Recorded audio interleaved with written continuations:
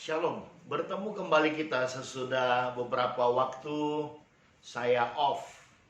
Tapi puji Tuhan ketika kita hari ini bertemu, kita bertemu di hari yang spesial, weekend. Ya, jadi sebelum kita memulai, saya mau sampaikan pesan ini kepada kita semua. Selamat menikmati akhir pekan bersama dengan orang-orang terkasih, bukan dengan kekasih orang. Itu perlu dicatat. Karena sebelum pandemi, peristiwa ini banyak sekali terjadi. Nah, semoga di tengah-tengah pandemi ini, orang selain takut mati, ya takut berbuat dosa. Ya, karena harus jaga jarak dan seterusnya dan seterusnya. Hari ini kita punya satu topik yang menarik yang saya beri judul Kitab yang ke-67. Ketika saya berkata kitab yang ke-67, di manakah pikiran kita menerawang? Kitab ke-67 saya beri topik karena kita ini sebagai gereja, sebagai orang percaya, merupakan kitab yang ke-67 daripada Alkitab. Loh, kok bisa? Iya, saya sebut kita adalah kitab yang ke-67. Alkitab Perjanjian Lama ada 39 kitab. Alkitab Perjanjian Baru ada 27 kitab. Jumlahnya 66 kitab. Dan kita, ketika kita hidup dalam kebenaran firman Tuhan, ketika Alkitab menjadi sahabat hidup kita, maka kita kemudian di dalam ini ada 66 kitab, maka kita kemudian menjadi kitab yang ke-67. Sesuatu yang aneh, tapi mungkin juga sesuatu yang menarik.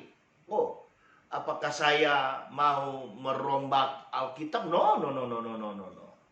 Tidak. Alkitab yang 66 kitab itu adalah Alkitab yang valid, sah, dan tidak perlu diganggu-gugat lagi. Tapi kenapa saya sebut kita kitab yang ke-67? I have my own reason. Saya punya alasan untuk itu. Dan saya terlalu percaya alasan yang saya sebutkan berdasarkan firman Tuhan tentunya akan membuat kita semua setuju. Iya, benar.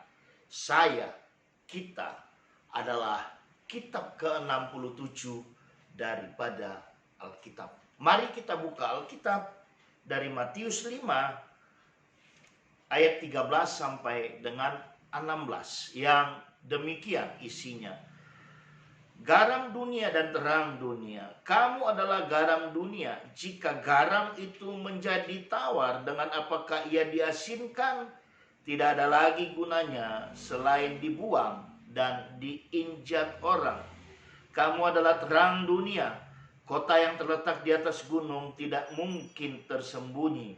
Lagi pula orang tidak menyalakan pelita lalu meletakkannya di bawah gantang, melainkan di atas kaki dian sehingga menerangi semua orang di dalam rumah itu. Demikianlah hendaknya terangmu bercahaya di depan orang, supaya mereka melihat perbuatanmu yang baik dan memuliakan Bapamu yang di surga. Am I right? Setuju? Berdasarkan Matius 5, 13 dan 16, garam dan terang dunia. Maka itulah alasan dasar saya mengatakan kita merupakan kitab yang ke-67 daripada Alkitab. Tapi dengan catatan, kita tidak bisa mungkin menjadi kitab yang ke-67 jika kita tidak pernah atau malas untuk menelaah, mengupas, merenungkan 66 kitab yang ada di Alkitab. Saya mengingatkan kita saja. Saya pun merasa terpacu kembali hari ini. Karena sejak pertobatan saya dari tahun 2002 sampai hari ini, saya sudah membaca Alkitab ini sebanyak 10 kali. Dari Kejadian sampai Wahyu. Nah, ketika saya bilang, kalau kita malas, kita tidak pernah membaca, saya mau katakan, orang juga akan malas. membaca kita sebagai kitab yang ke-67. How come? Bagaimana orang bisa menjadi Matius 5:13-16 jika dia tidak membaca ini? Perhatikan baik-baik, siapapun engkau, jemaat, pengerja, hamba Tuhan, pendeta dan gembala. Banyak kemudian bahkan saya menyinggung tentang korpsnya saya tentunya sebagai pendeta. Ada banyak hamba Tuhan pendeta hari ini kemudian terangnya meredup. Kenapa? Karena mereka mengalami post power syndrome. Mereka merasa terabaikan. Mereka merasa dulu aku begini, dulu aku begitu, dan seterusnya dan seterusnya. Padahal berbicara tentang kitab yang ke-67 tidak berbicara tentang dulu. Tidak berbicara ketika aku masih muda. No. Kitab yang ke-67 berbicara sebagaimana Matius 5:16 berkata, demikianlah hendaknya terangmu bercahaya, sehingga orang bisa melihat perbuatanmu yang baik dan memuliakan Bapamu yang di sorga. Itu maksudnya kitab yang ke-67. Mari kita semua giat membaca, merenungkan, mengupas, dan menjadikan Alkitab ini sahabat. Sehingga dunia sekitar kita juga akan membaca kita sebagai kitab yang ke-67 daripada Alkitab. Sampai di sini pertemuan kita.